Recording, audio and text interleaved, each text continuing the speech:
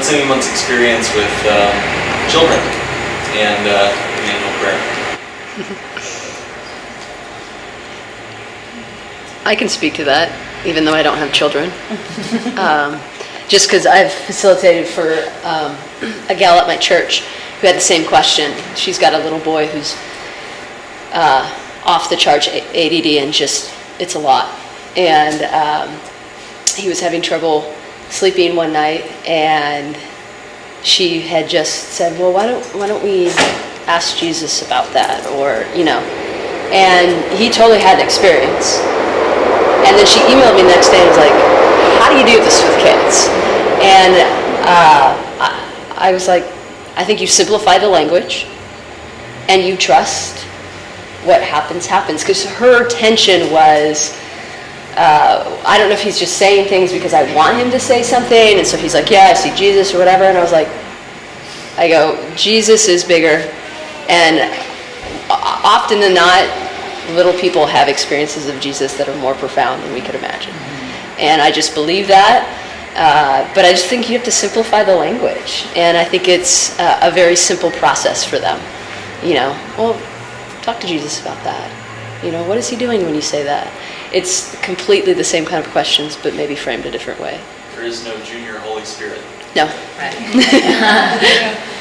Well, not necessarily praying, but definitely in this class I've used my children as, learning tools and just noticing when their RCs are on and off. And it's a lot easier to teach or, train or do things I might want to do if they're connected and I'm connected with them. And each kid has, very clear signs. At least I can tell because can tell when they're on and when they're off. And I know the kinds of things that help them turn back on. And so that's another way that I apply it with kids. And I feel like kids have an easier time connecting with Jesus. Like my daughter was really mad about something, and it was like she was clearly speaking a lie. And I said, okay, well, close your eyes. And I'm like, where's Jesus? And she was like, Jesus. And I'm like, what does Jesus say about this? And then, it was something like, nobody cares about me, or something like that. And then it was like, she's like, okay, Jesus says that he cares about me.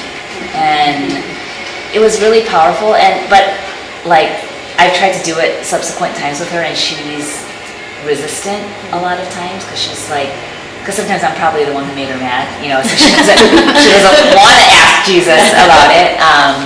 But I think there's something so amazing, about the childlikeness of children, that they just really easily connect with Jesus, and he shows up.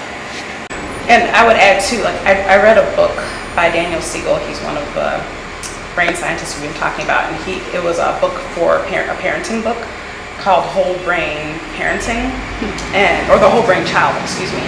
And so he talked a lot about the right brain and the left brain, and how as parents with situations that come up, you can interact with your child in a certain way that engages both sides of the brain and helps to integrate. But one of the things that he talks about, which ties into this class, I think, is the importance of attuning to your child first and their emotions first.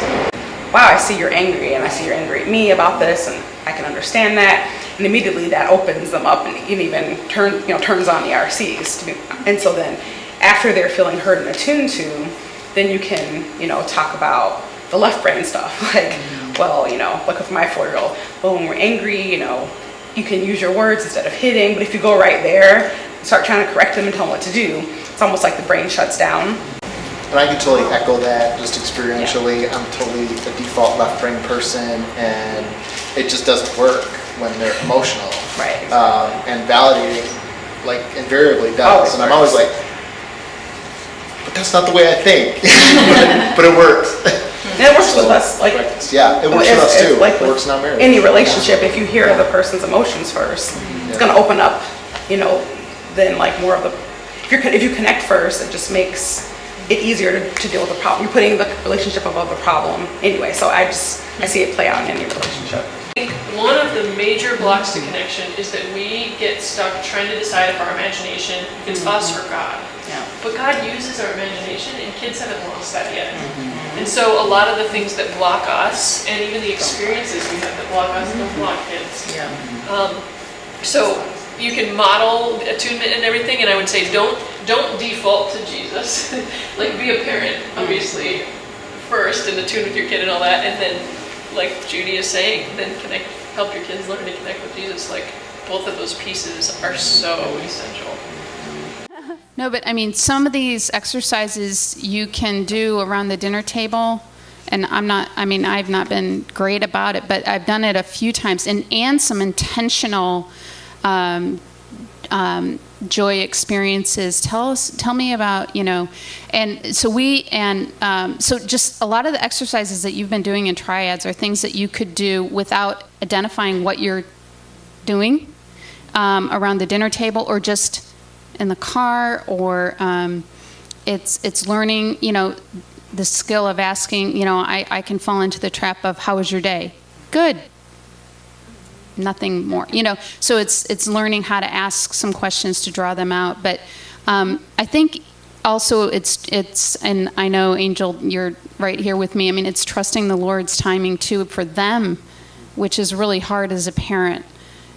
Because I want that so much for my kids. And so, of course, as a parent, and as Margaret's parents and grandparents, as she said, did, prayer and then slowly, I mean, we still have a role to play in cultivating, but certainly they're in their own journey too. And I mean, for me to hear your, testimony of at 9, having the Lord break in, I mean, wow. Yeah.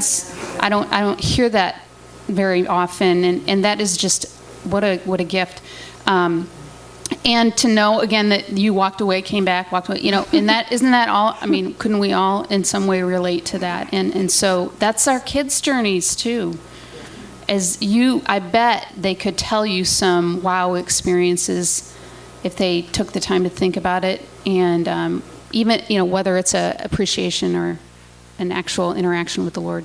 And so just talking about that with them. And that's exactly what I would say is, it's as we change our thinking about what to focus on and what's important, and then your interactions with them will change.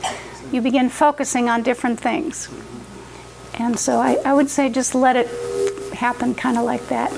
There was something in the Wheaton alumni magazine recently about Dr. Scotty May, who is a child educator at Wheaton and all, and she is redesigning children's worship really along similar lines about how to focus in on children's experiences of God, and something that we've flown over for a very long time, thinking more about making input to children rather than asking the right questions to evoke their experience.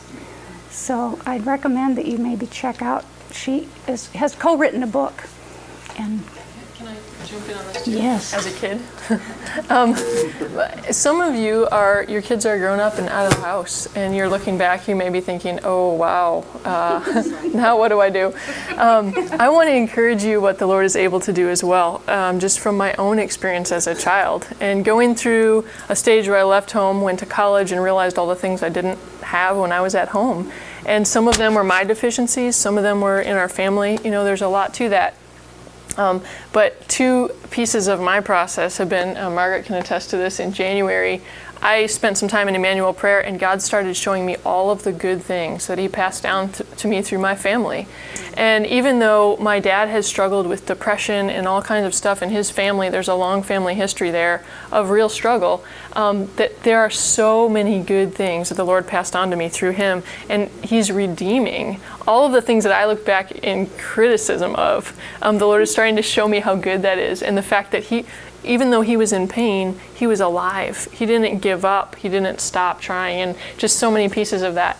And the other thing is, with my mom, she worked a lot. She had a lot on her plate, and she was trying to take care of 2 kids while working a part-time job and taking care of the family. And again, I felt overlooked in that process. And as I went back to that place in healing prayer, the Lord Jesus showed up and showed me that he was with me. And when I said, but what about my mom? He said, I'm here because she asked me to be here. You know, like he would have been there anyway, but that kind of sense of like she was asking for me to be here. And so I actually asked my mom. Like, I'm not just going to assume that's correct. I'm going to ask my mom if this is true. And so my family really hasn't been gotten involved in Immanuel. They don't know a lot about what I'm teaching. And sometimes that's hard for me. But I said, Mom, I want to share a story with you.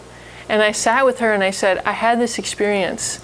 And I know that you weren't able to do everything that you wanted to do. But the Lord told me that he was there because you prayed. And she started crying and she said, I prayed for you every day. I prayed for you every day. And as a parent, like, that matters so much, and the Lord answers those prayers. So. When we begin to have these encounters with the Lord, that's another thing that it does for us, these episodic breakthroughs, you know, kind of thing, is that it builds our confidence that he really was there when we were children. He really is there with our children. You begin to put feet to the belief that he's always with us. It goes from the theological concept level to a real working level that can help you live.